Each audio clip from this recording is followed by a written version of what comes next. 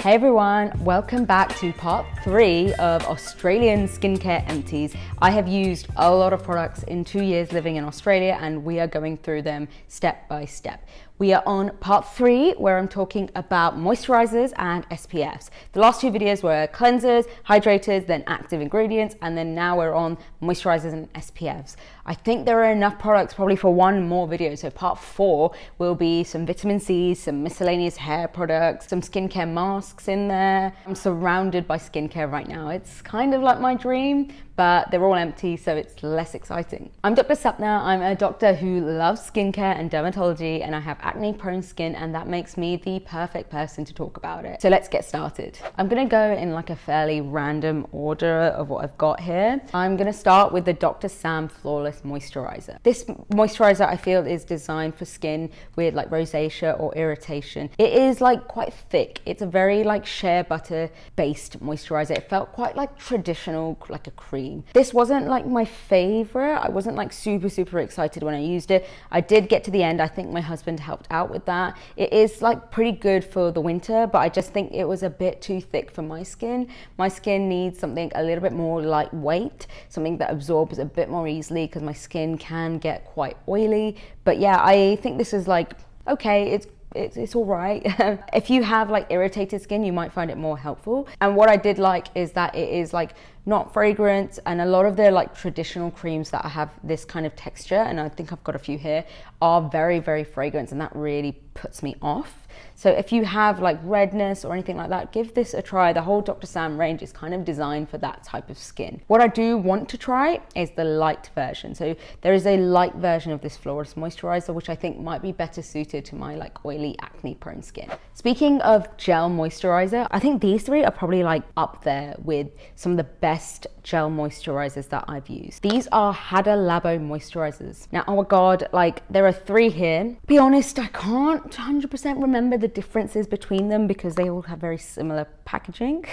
But what I do know is that all 3 of them were like gel, like jelly to use on my skin. They were super lightweight. They absorb into my skin and they left my skin looking like damn glowy. Sometimes I did felt like it left a bit of like a sheen, a bit of a like film over my skin occasionally. On the whole, I would recommend these.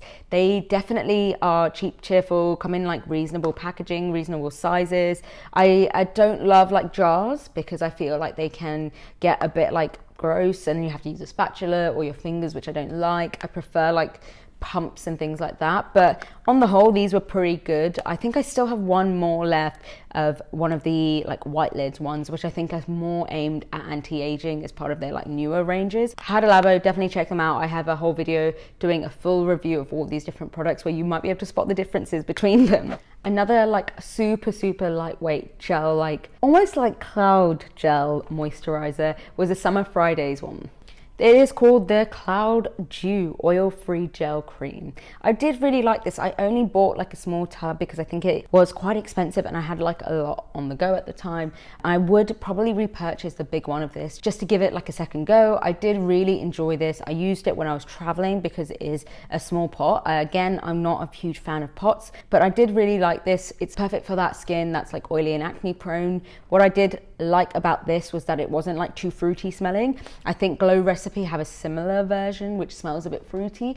This is definitely sort of more lightweight and definitely hydrates your skin. So I really like this and will buy the bigger version at some point. If you're enjoying any of these skincare empties videos, definitely hit the subscribe button and let me know about your favorite products. Next up, I have these 2 Kate Somerville moisturizers. Firstly, I have the oil-free moisturizer and then I have the Peptide Kate Power Cream.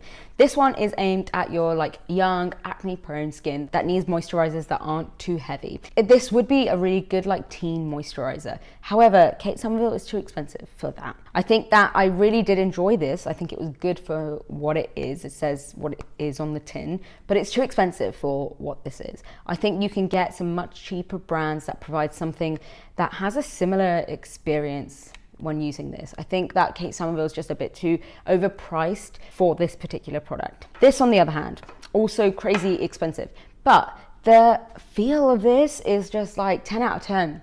So luxurious, like a thick cream, but it did hydrate your skin. It didn't leave your skin looking greasy or oily. You know these thick creams that don't like budge on your skin and just sit on the top? This wasn't like that. This absorbed really, really well. It's definitely like one of my favorite high-end creams. It is like one of those big like anti-aging moisturizers. So I think it was probably wasted on someone like me. I think if you're like into your 40s, 50s, 60s, you'll probably gain really good benefits from this. It is peptide based. Peptides can be really helpful for promoting skin healing and collagen production. I would at a later stage consider buying this, particularly if my skin is getting a bit dry as you get a bit older, which is perfectly normal. I don't think I need this right now, but I did really, really enjoy using it. This would be like a really good gift for like mum, grandmother, that sort of thing. The next one I have is the Votary Nutrient Cream in the light version. This one also comes in a like heavier version, the like normal version.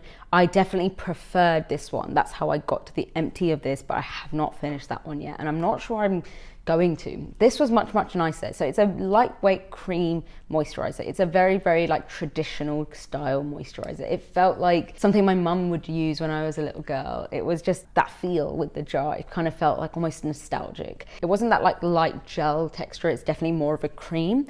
It is again shea butter based. So if your skin doesn't like that, my skin has mixed feelings about it. I don't think I've really decided if I like it or not. I just found that the light one was much, much better for my skin. The heavy one just sits on the top of my skin. It doesn't feel like it absorbs, whereas this is much better. If you don't like the like almost like floral kind of foresty kind of smells that come out of these, don't buy them. It is quite intense. The smells are quite strong.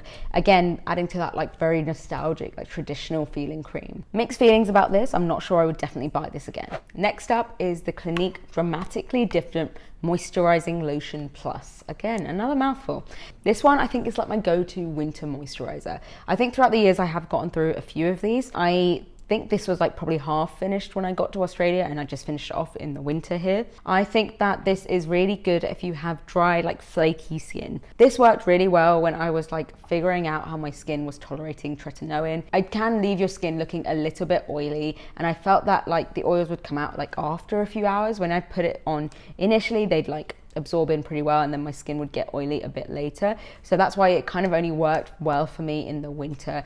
In the summer, I think it is just too thick. It's definitely a thick moisturizer. So if you have oily skin, this is probably a bit too much. If your skin is dry or you're suffering with a bit of irritation, this is definitely one you might like. It's always on offer, so you can usually get like a double pack from random places like ASOS for quite reasonable prices, so check that out. The next one I have, which will be no surprise to you all, is the CeraVe Moisturising Lotion in a whopping 1 litre bottle. We use this all the time. Sometimes I just have it by the TV so that I'm reminded to use it. I would happily use this on my whole body. I can use it on my face. My husband can use it. I would use it for like kids or whatever. It's just so easy, and this like big bottle is not that expensive. It is a like ceramide based moisturizer. I really, really like CeraVe, and I know that there is a lot of stick for like CeraVe becoming like a dermatologist doctor brand. Part of that is because I can recommend it to patients with eczema, with rosacea, acne. It's just generally a one-stop shop. It goes really, really well for pretty much anyone.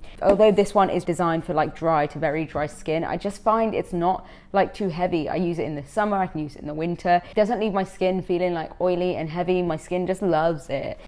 Definitely really like this. We definitely have another one on the go as well, but this one took a while to empty. These go a long way. The last one I have, which has been so elegantly cut, is the CeraVe SA Smoothing Cream.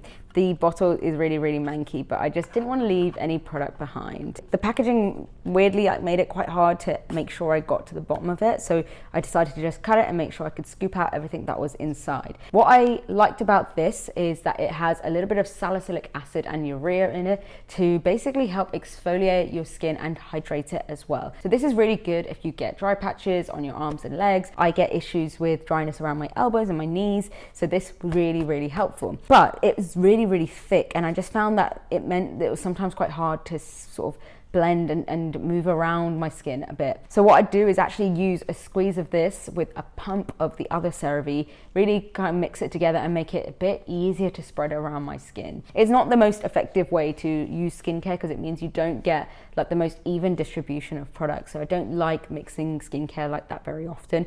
But for this, where you just want that moisturizer to be the sort of perfect texture to make it easy to use, this worked really well for my body. Would never use this on my face. This is a body moisturizer. Now let's move on to SPFs. Now, living in Australia, this was an important part of my skincare routine. So I did get through quite a few. There are definitely some that I've chucked along the way that I think I must have finished like on holidays and things that just I got rid of as I went along, but these are the ones that I have collected over the last 2 years. I'll start with one that I've already repurchased. This is the Ultraviolet SPF Supreme Screen. It's SPF 50. I think all of these are SPF 50 because I don't see a point of using an SPF less than that. I get a lot of questions about this, like what benefit do you get from using an SPF 30 when you could just use an SPF 50? They tend to be similar prices.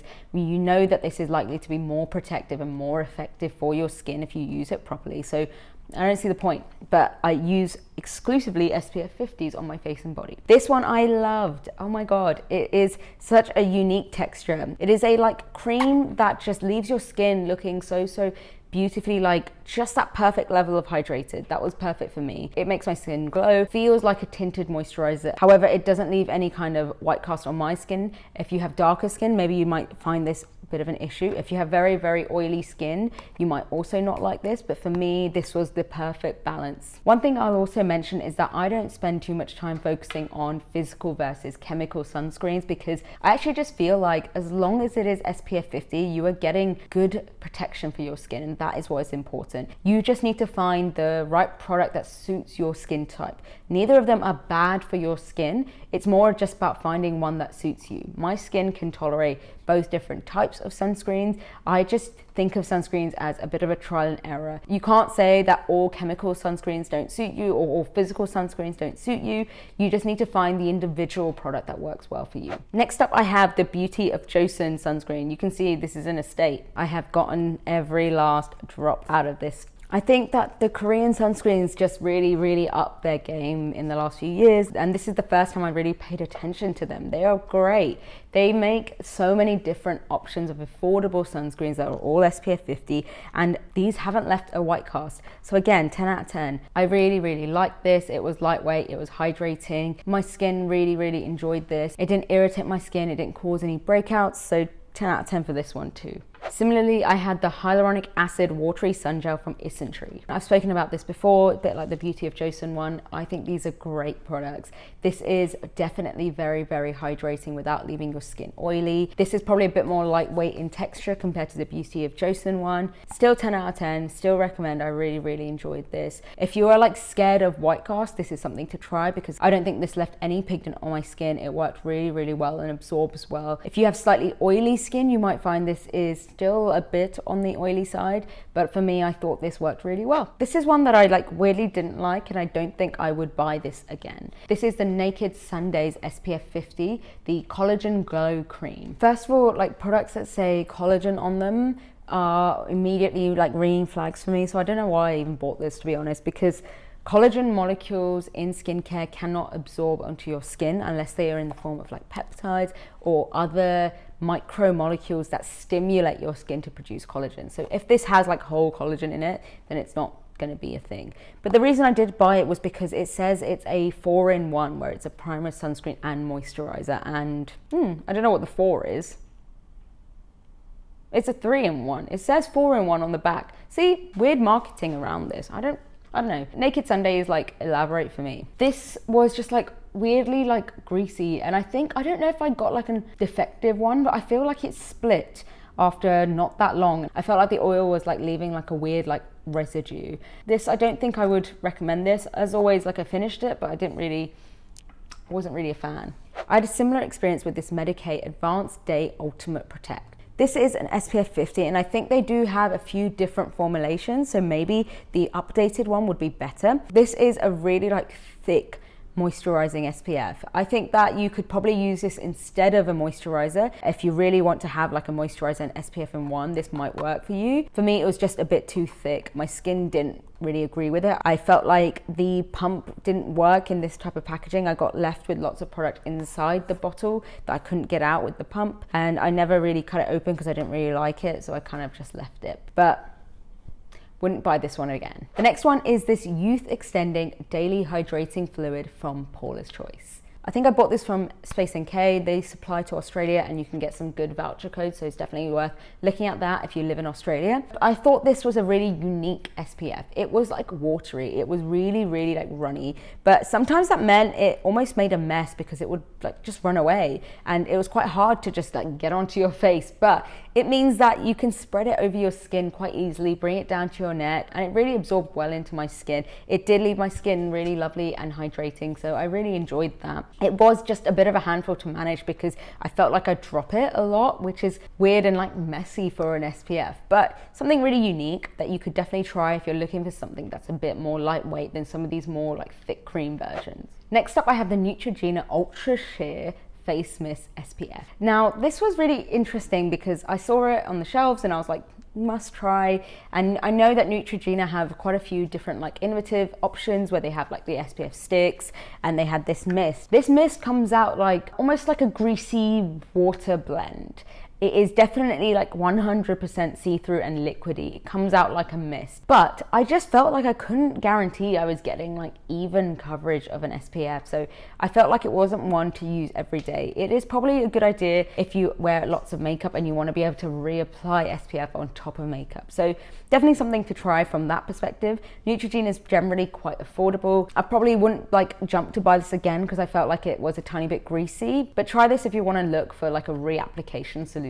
And last, I have this La Roche-Posay Body SPF. It is the Ultra Light Anthelios XL. This again was like a bit of a mist. This was one I think we got through whilst at the beach. We've definitely used a few more body SPFs, but I think I must have thrown them out. I think like La Roche-Posay, I'm kind of over that hype. Once upon a time, I thought it was like the best and only SPF brand out there, like 10 years ago before I discovered all of these others. I just don't like get excited about any of their facial SPFs because I found multiple occasions that you buy one that says no white marks and then it definitely leaves a white cast. I don't think this one did, which is why we got to the end of it. And I used this as a body moisturizer. It was a tiny bit sort of greasy.